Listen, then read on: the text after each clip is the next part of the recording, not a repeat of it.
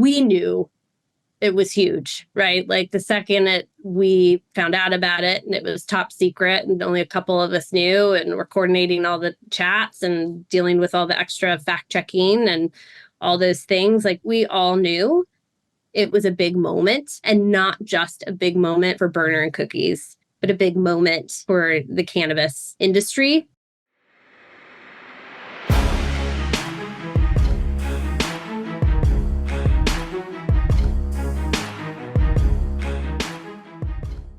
What's up, guys? Welcome back to an episode of The Dime. I'm Brian Fields, and with me, as always, is Kellen Finney. And this week, we've got a very special guest, Crystal Millican, Head of Marketing and Retail for Cookies. Crystal, thanks for taking the time. How are you doing today?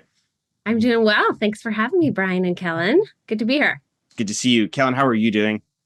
I'm doing really well. Really excited to talk to Crystal. Really excited to dig into Cookies brand. I think it's one of the most well-known, if the only known brand in the cannabis space. I'm even more excited because I think that it's another West Coaster for us West Coasters out here. How are you doing today, Brian? Yeah, I'm doing good, and I'm very excited to talk cookies and marketing and brand building, and we can get into all those fun things. And you're right, Crystal may live on the West Coast, but I think cookies specifically is, as most of my friends believe, a very East Coast brand because they are very, very popular here. So, Crystal, I guess if we had to put you on the record, East Coast, West Coast, where would your alliance be?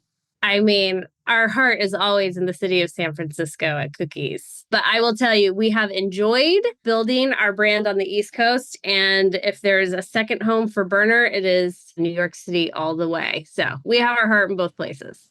Oh, let the record reflect. So, Crystal, for our listeners that aren't really about you, can give a little background about yourself and then how we went from management consulting to cookies.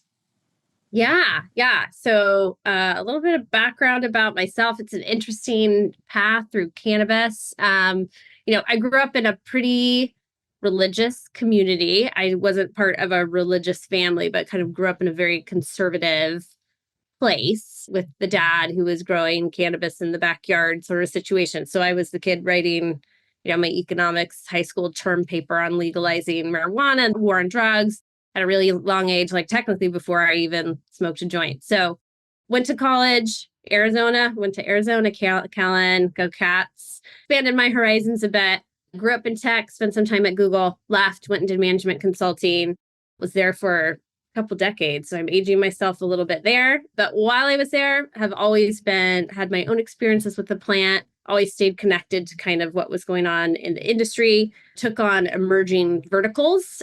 So new industries, obviously could see cannabis coming together in a legal way, was the person who was like, we have to do some discovery on this. We have to be ready for cannabis because at the end of the day, brands win, whether you're a CPG company, a retail company, or in the cannabis space. And so inevitably, Cookies actually came to us as a client first. So at the time, Cookies had a couple products they were working on in California, and the idea for being a retail company and needed kind of like a roadmap on like how do you build the people, process, and tools that you need to really blitz scale in the retail space for cannabis.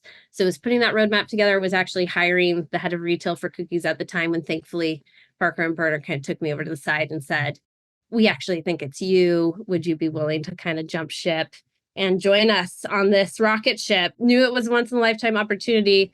Absolutely loved working with Parker and Berner. Knew I was going to learn more in this role than I had in the prior 2 decades in a very short period of time. And all of that has been true, and feel very grateful and blessed for making the leap over every day. I love it. So let's uncover how big is actually Cookies, right? Everyone knows the brand, which is incredible to even actually say that and actually have some meaning behind it. But like, how big is Cookies and kind of what is underneath Cookies? Yeah, I mean, there's a lot, right? So if you go back, I think it's like 15 plus years now, right? Cookies at the time was our 2 founders, Jai, who's kind of our plant whisperer, right? Kind of participated in the genetics that became Girl Scout cookies.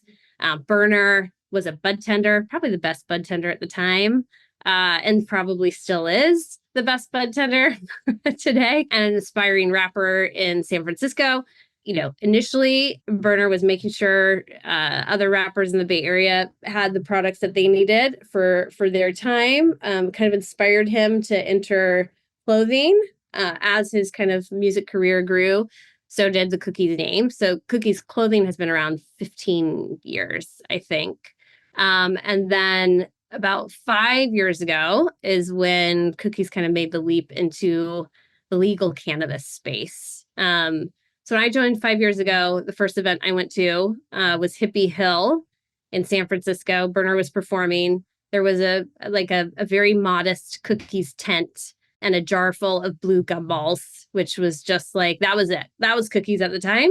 And, 5 years later, we are very proud to say we're in 26 markets across the US, in Puerto Rico. We're in 6 different countries. We're opening our 70th store today in Tampa. So grown a lot, and a lot of people grinding day in and day out to make it all happen. I mean, that's incredible. And I mean, very, very diverse company. And so how do you guys manage like the retail division with kind of the cannabis division? If they're like co-mingling, sharing ideas back and forth, like what's that dynamic like? Yeah. The clothing side of the business with the cannabis. Yeah. Where I would say, like, obviously we work incredibly closely together. We're very integrated. I call us like sister companies, obviously for reasons that we all know about, right? The Cookies Clothing Company is its own entity with its own management structure and its own team, and the cannabis side of the company is run separately, but we work really well together. If you go into any of our Cookies dispensary, you'll have your own, we call it our local reserve clothing line from the Cookies SF team. So every store gets their own tailored Cookies clothing experience, and we work on events together. We all work very, very closely together. Is the clothing sometimes used to, let's say, prime the market to see if it's worthwhile to move a dispensary in there? For example, if you're going to say go for a newer market and not sure if the Cookies brand pops, can you do an activation with the clothing and see just based on how the response is with the consumer base to see if, hey, maybe this is an under the radar market that we need to get in? Yeah, definitely taking a look at where clothing does well kind of helps helps give us indication of how we will do as a cannabis company or cannabis retail store in that city or space. So it's a lot of good data and information sharing and cross-pollination between the cookie side of the business on the cannabis side and the clothing side with Cookies SF. Is there times when like the clothing division says like, hey, this is really popular, maybe we should try to create a cannabis product that's emphasizing more on some of these branding features that are kind of taken off in the clothing side, or is it kind of vice versa? You see trends in the cannabis space that you guys feed into the clothing space? It's a two-way street, right? And it's all, we've been really working on the marketing side to connect the ecosystem, right? End of the day, on both sides of the business, we have the same DNA. It's about the culture that is Cookies. We're all looking at the same, we're all seeing kind of the same trends and also looking at setting some trends ourselves. So it's definitely a two-way street in terms of like what on the cannabis side might be inspiring for the rest of our Cookies ecosystem. And honestly, with Berner's music too, right? Berner's music career, a lot of ideas come from a lot of different places. And on the marketing side, it's a big opportunity for us to kind of connect that full ecosystem and get the right Cookies product, whether it's on the clothing side of the business or on the cannabis side of the business or in at a show where Berner's at, get the right Cookies product to the right person at the right time. It's spectacular that you have all those tools right at your disposal, because most companies don't even have the type of visibility or the approach with the clothing or Berner's reach and with the brand building that Cookies has. But at the same time, that is a very, very challenging opportunity, because while you want to do certain activations, I'm sure you're hamstrung by limitations and obstacles that just seem kind of silly from the initial onset, but this is cannabis and that's just how the game works. Sure. We are always hurdle jumping and running through flaming hoops of issues on the cannabis side of the business. It's a huge opportunity. It also comes with a lot of pressure too, right? Because you think of a brand that's been built over decades, right? I think there's very high expectations for us in how we show up for our customers, for our consumers. So it is a blessing every day, but we also have a lot of pressure on ourselves to make sure we're staying true to the brand. And that isn't always easy to do in the way the cannabis industry is set up today. So one of the areas that I definitely want to get into is in New York. Yeah. Everyone saw outside Macy's that massive billboard, which I'm sure was, from a visibility standpoint, incredible. What was the approach to get something like that? And internally, was it discussed that this was going to just be an awareness piece for priming the market for future growth? I think Berner's always had his eyes on having a clothing store in New York City, right? Like it's decades in the making, and the opportunity presented itself and was a lot of fun getting our clothing store in Herald Square. And that billboard was incredible as well. Was it possible to gauge, let's say, how many people potentially saw it? And was it, I guess it must have been understood internally that this was solely based on awareness piece, because I'm just going to assume that some people walked into that store expecting to purchase cookies products. Sure. I'm sure people walk into the store every day expecting to purchase cookies, cannabis products, and then they learn that it's just clothing. But I will say, right, we do have clothing stores. We have them in San Francisco, Los Angeles, New York. So there's a lot of people who are going to the cookie store knowing that it's going to be clothing. You know, is an awareness play. Also, is just like the right spot on the East Coast. There's no better city to be in than New York. So yeah, high visibility market, a market that's near and dear to Berner's heart. Knew we had to get a presence there. I was going to say too, in terms of knowing people, we're really lucky too, because some of the time, like Berner will say, where should I put a clothing store on social media? Right. And we will be able to see how many people tell us where to go. Right. And so in addition to kind of what we see in the data, we really do a lot of customer listening, and the way Berner interacts with the world, right? We get to see where people are telling us to go. And New York is like always at the top. When we said we were going there, and opening a clothing store there, we had a grand opening. There were like 6,000 RSVPs, right? Like 6,000 people wanted to know, when will that store open and how can I show up for it? So that's incredible. I was just wondering though, you have customers walk in having that concept that maybe I can buy cannabis here. What was that conversation like with retailers when you were like, no, it's just a clothing store? I know that media says that we also do cannabis. Like, did you guys have to have that same exact conversation with the regulators when you went to go stand the store up?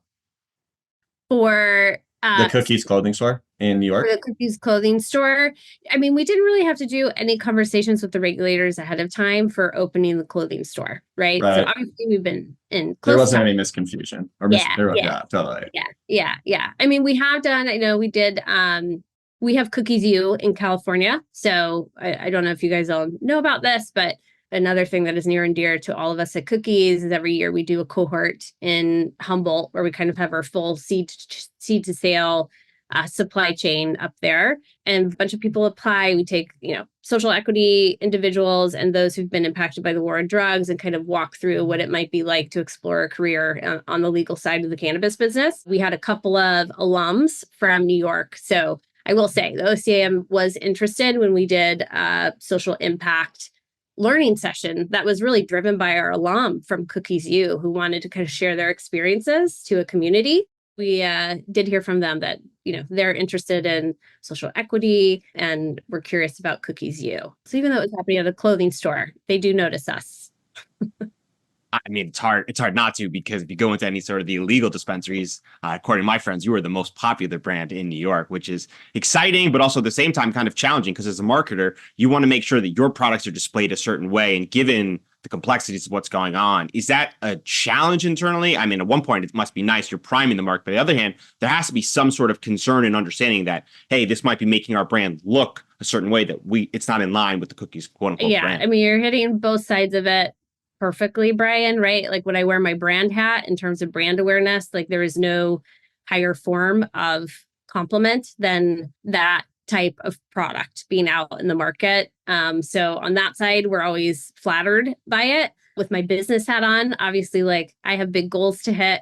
Those products do not hit my P&L at the end of the day, and probably take away from what I can achieve once I'm legally into a market, right? So we definitely invest in a brand protection agency that supports us in kind of identifying counterfeit products and do the best we can to direct all of our customers to the legal Cookies products you can purchase. Go to our website, look at our store locators, check cannabis menu platforms. That's where you're going to find legal product being sold in your city. Can we anticipate legal products in New York anytime soon There are legal products in New York, Brian. for Yeah, cookies? we launched. Yeah, I mean, it's a limited line of cookies products are in New York right now. So we have a couple of our manufactured products. So we don't have any of our flour yet in market, but we have some infused pre-rolls that are there. And then some of our dual chamber vapes and our 510 vapes are in New York today. What does that kind of a launch look like? Do you guys always kind of do a soft launch in new markets, or is it kind of like you just pick and choose? Like, how does that work? I will say the cookies brand is not super into soft launching. We're definitely, definitely into more of a flex when it comes to entering a place. That usually when we're opening a market, we do our best to time kind of our products coming down with an exciting retail store location. And we do. So if you look at Albuquerque, right, which is the big new market that came on for us in November, right? It was like the weed is here, the store is here, Berner is here, lots of long lines, like a really I call it retail theater, right? Like we have the hero moment of like cookies is here to stay. Obviously in New York, right? We're gonna enter the market the way New York is asking us to, right? And so right now that means we will enter New York with our manufactured products, kind of a more limited product line. And we will show up in New York how New York demands us to show up. Fast. That was Yeah. a good answer. Yeah, Very good answer. I mean, on social media, you see it, right? The openings of the store, they're not soft openings, and maybe they're intended to be soft openings, but they're long lines, and I'm sure there's expectations from every single person who's showing up there. They want to see Berner, they want to get a product, and that's got to be really difficult from a marketing sense, because if it's everyone's first day, that there's a chance you might have run out of product, people don't understand the SOPs, they might have to wait a little longer. It's a really hard balance, especially if it's people's first experience with the brand.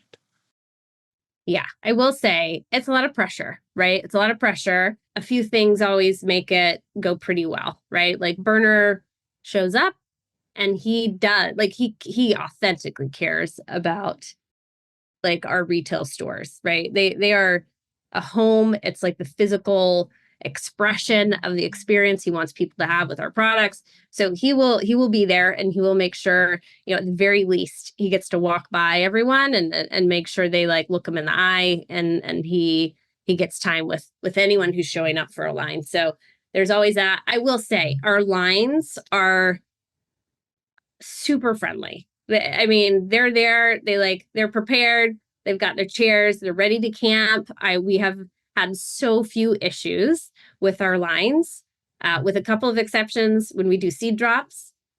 Sometimes our lines and the people who show up for seed drops are a little bit different than the cannabis store openings. So there's been some issues there.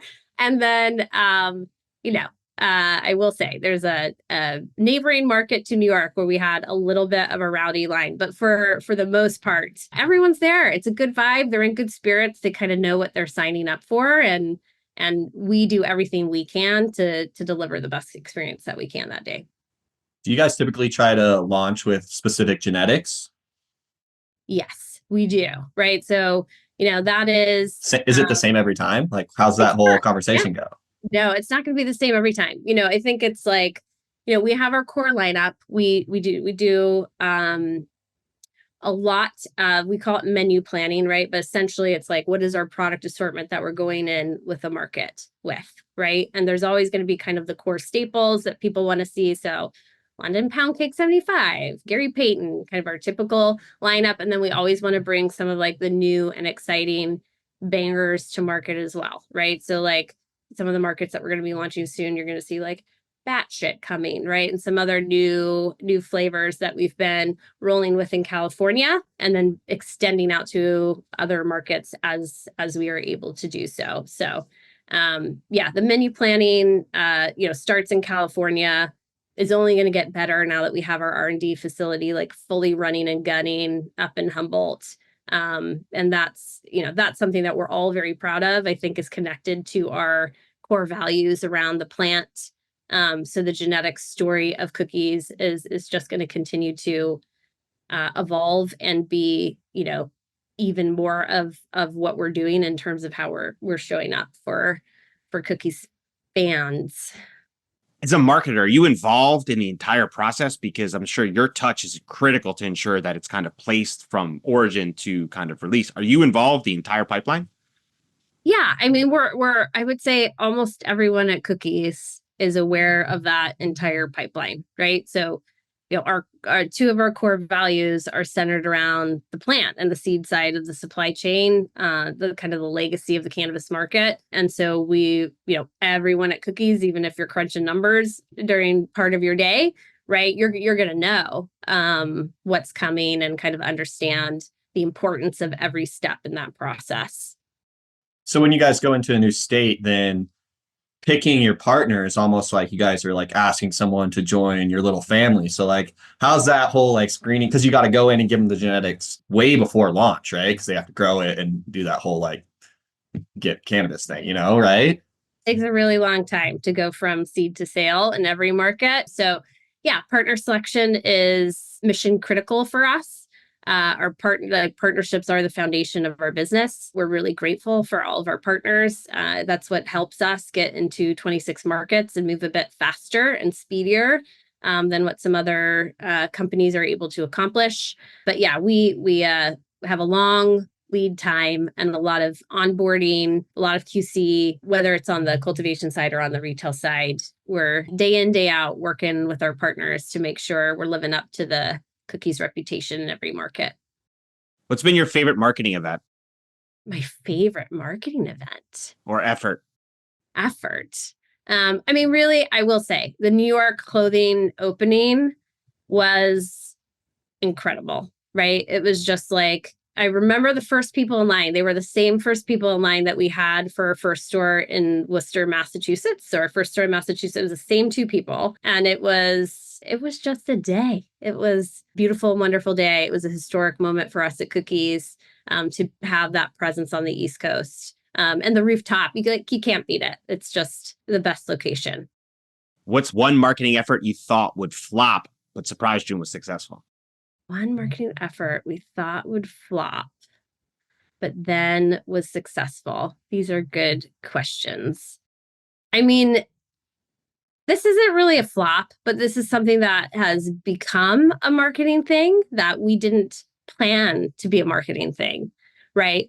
Berner wants to be involved in hiring for our retail stores. We want him to be involved in hiring for our retail stores. He's a busy person. I can't travel him all over the place, right? So it was like full COVID, everything shut down, Berner wanting to still hire people, us trying to figure out how to do that, right? Dealing with IT issues, Zoom, number of rooms, like, okay, how are we going to get these, 100 people through this virtual hiring event, right? It is about hiring the people for the retail store. What I didn't know is like how important that is also from a marketing, or what a value that adds from a marketing perspective. Like, one, gets everyone really excited about the market. Two, helps us hire the right people who are going to be Berner blessed and represent the brand really well. Three, leads to massive amount of lead generation that we're able to get for people who already love Cookies, who then become our best customers with the best customer LTV. So that's like, not a flop, but it was something we were putting together during the pandemic to try to solve an issue or a problem that then it ended up being like, it's in the playbook, right? It's in the marketing playbook and it's in what we do. And it's a really important part of what we do now on the marketing side for retail stores. I think that makes perfect sense. I can only imagine someone showing up for an interview, just being like really excited to potentially interview for Cookies, speaking to Berner, and then that first phone call out to his friend being like, you're not going to believe who interviewed me. And then that just kind of spreading like viral. Yeah. It's been incredible. It's what we're here for sure. Let's talk about the cover of Forbes. How does something like that transpire? And does it just transpire everything you possibly could imagine just from an image standpoint? Because it was massive for the industry, and I'm sure big for Berner, but also big to just break down the barriers of like what was considered just impossible for cannabis people to do, and just incredible accomplishment. So like, how did something like that happen, and was a longer process? Like, take us through that period. It's actually like a quicker process than some press opportunities, right? But it was inbound, right? So the journalist was doing the article, interested in kind of the most influential leaders in the space, asked to talk to Berner. We set that up. Forbes doesn't mess around, unlike some other journalistic entities that we've bumped elbows with. There's a lot had to get condensed into a short period of time. Journalists wanted to spend time with Berner, and he ended up on the cover of Forbes, right? So I think a lot of that has to do with Berner and his deep ties to the cannabis space, and also the influential nature of who he is in the industry. Did it surprise you, the response by the industry and kind of the value that it kind of demonstrated?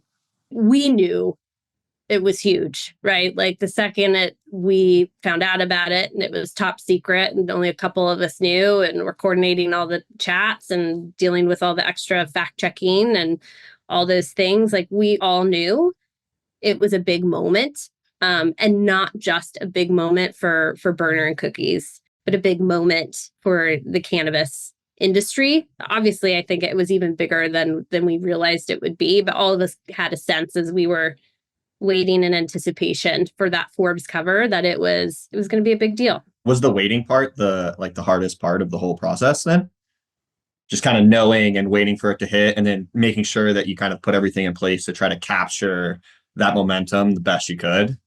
Yeah, and we were really lucky too, right? Sometimes just like the stars align. It was a sprint, so it wasn't like they reached out 8 months earlier or anything like that, right? It was like a sprint the whole time. So all of us were sprinting through it, ended up lining up with our New Jersey market entry, which, just was completely perfect. So I remember we were trying to get 50 copies for the New Jersey opening so that Berner could sign them. And I literally landed in LaGuardia and was taking it from the airport, taking 15 copies of Forbes from the airport shop on my way to Lodi, New Jersey for the day. So yeah, it was a lot of anticipation as you're waiting for it. But then, we're going right into how do we use it and what's coming up next. And the timing was just perfect. So just a lot of action and work around it. I can only imagine and certainly how exciting that was, to see that first day. Did Berner also recognize, though, just the paramount accomplishment that is for the cannabis industry to be on the cover of a magazine like that? 100%. 100%. I will say, we work with a lot of different folks, right? And there's a lot of different celebrities in cannabis and in music. And I've had my own experiences in prior lives too with influential people, right? And it can be interesting working with those types of individuals, right? I will say Berner's incredible in these moments because he is he knows how big it is. He realizes the awe in it, right? And, he has worked insanely hard to be where he is.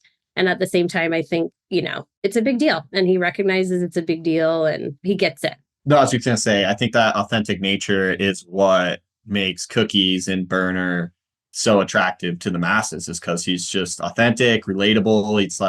He's just like an everyday Joe, you know what I mean? And the bud tender experience coupled on top of that. I mean, how do you take all of that and help fuel the brand?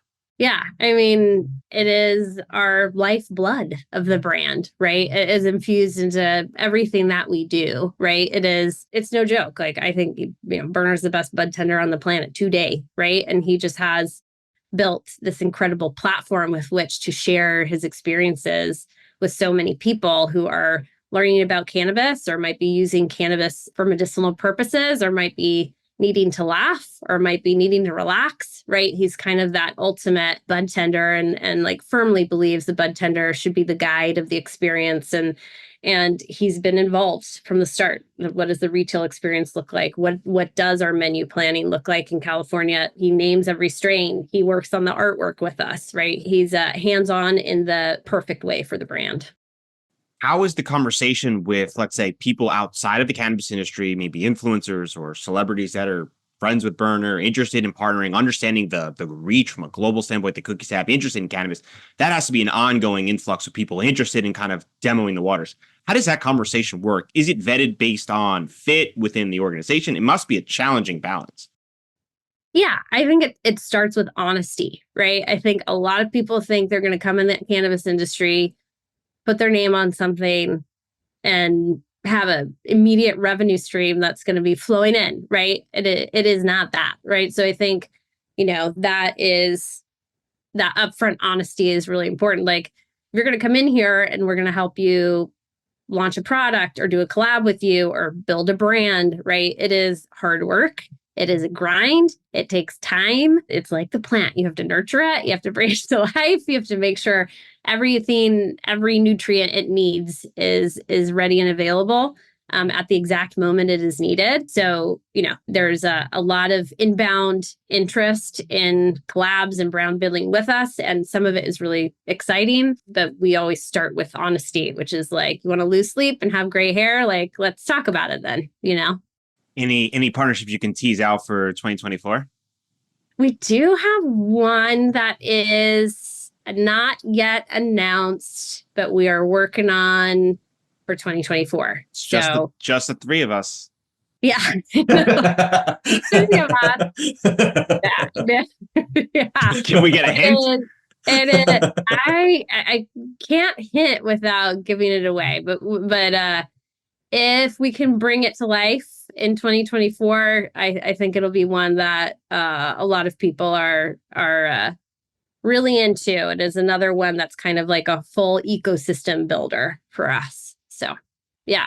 What's been your favorite partnership or collab from the past then? For me, it's that Badu all day, right? Like working with Ms. Badu and her team. I think that collab kind of kicked off about a year ago. It was just another incredible experience working with a woman who is unapologetically herself, pioneering in so many ways, and then bringing that energy and her expertise to life in cannabis was an honor. And it has been, a very successful partnership with us, in addition to being incredibly enjoyable.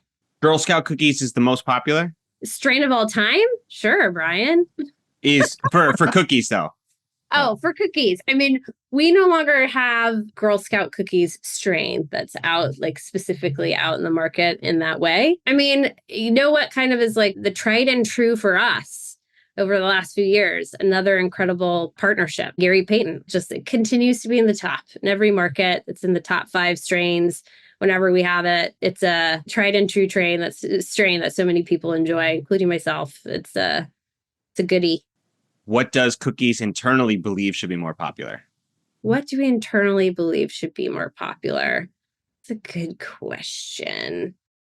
I mean, I think I will say we have another partnership that is also very enjoyable with the Ridgeline Farms crew up over in California. We have a strain, Ridgeline Lance, that is hometown favorite, and it does perform well, but I think it's a sleeper strain that more people should be talking about and learning about.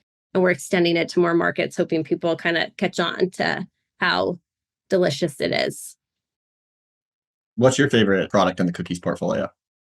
My favorite product in the cookies portfolio, I mean, I do love our That Badu line. Everything in the That Badu line, I love. Outside of THC, another product that I think doesn't get enough chat are caps, right? So we have functional mushroom CBD and functional mushroom THC caps for daytime and nighttime. And I will tell you that is probably the product that I personally use most often to kind of like give me a little bit of a boost during the day and help me lightly go to sleep at night. So yeah, that's another sleeper product that I think more people should know about. I read a quote that Berner says he has enough strain genetics to drop until 2080. Yeah, we've been hard at work in our R&D facility. What is that like? Yeah, it's everything, right? And I know obviously Berner went through an incredibly impactful health moment personally as we've been building this business and scaling this business. And I think, for himself and for us, we are thinking about cookies 100 years out, as many fires that need to be put out in the present and as many important goals that we have to hit for 2023, 2024, 2025 that we are laser focused on. We are also talking about the genetics portfolio that's going to get us to 2080 and beyond. How are we going to be here for 100 years past any of us? So, yeah, we're working on it. Is that like a shift in mindset internally when he has like that scare? Does it become more so like, hey, this is my focus. I want to make sure that this outlives for my kids. Did that became like a big focus for him of extending that thought process? I think so, right? I think it's like a lot of things were happening all at the same time for us around then. It was like, COVID, full COVID, right? There was a lot going on. There was a ton of growth, and it was a moment for reflection and also an inflection point for us as well, right? Like we knew we had to keep our eye on what we needed to do every day in the moment to get to our goals, but we also needed to do it in a way that sets us up to live up to what cookies means to so many people, thinking about it much further out. How's the response been globally? We've seen some of the public social media stuff. It's incredible to watch. Is that surprising to you? How is the growth being? And then especially going out there, how do you as the marketer kind of educate an audience that is a little more distant, a little different marketing style? Is that complex, or am I just kind of looking too far into it? It is. It can be complex. I mean, it can be challenging. I think that is where social media, right, is a really helpful channel. Social media is a very frustrating part of marketing in cannabis, but it is also, that is where we really get a good sense of who's thinking about us, who's talking about us, what are they saying, what are they looking for? And then on top of that, we have Berner's social presence, right? It's like we're able to build deep connections and do a lot of customer listening through social media. Social media is hard in the cannabis space, but you guys have clearly successfully navigated. What do you think have been some of the approaches you've taken that other organizations haven't, that have helped you guys build your brand nationally? Yeah, that's a good question. I think in terms of different marketing mix, it's challenging across the board for cannabis businesses, right? And then every marketing dollar you spend has to be really hardworking, right? So constantly talking about how do we use marketing dollars in a way we're better able to attribute sales to the marketing effort? Was that incremental? Can I tell if it's incremental, right? All these things are happening on the marketing side for us every day. Where we've landed on that is with big focus on our owned channels, right? So like our website, who's going there? What are they clicking on? What are they looking for? How do we turn that interested visitor into a customer and hopefully a long-term cookies loyalist, right? So, we're really diving a lot deeper into our owned channels. And then the other piece of that is we are looking at how we really let our customers know that we care about what they're interested in.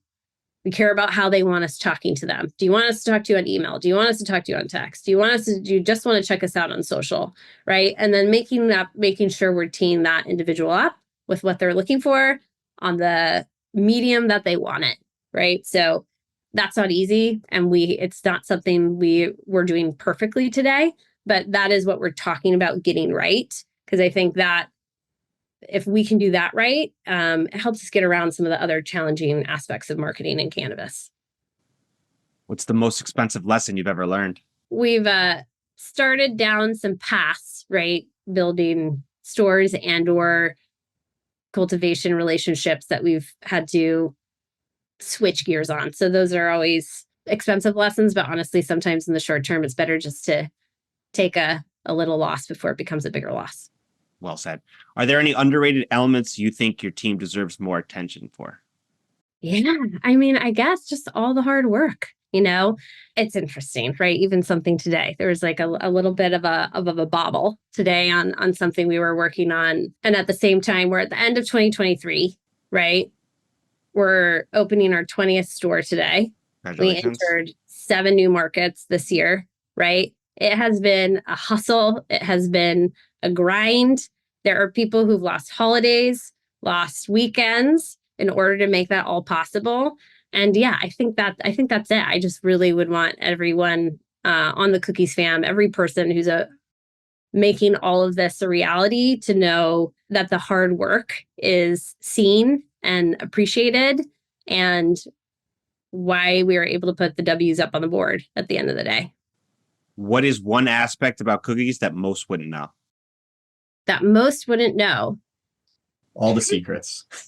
Just one. I mean, that is interesting to say, Kellen, right? Because it's like, I think we're at Cookies, we are a pretty open book, right? Like it's hard for me to think of like what it is that people wouldn't know. I mean, hopefully everyone knows how much care is taken throughout the entire seed to sale process, right? Maybe it would just be a reiteration of that, right? Like we truly care about everyone who is touching the plant along the way and how our customers are experiencing it. Hopefully that is known, but how deeply we really care about that, maybe. Dream smoking session, 3 people, dead or alive.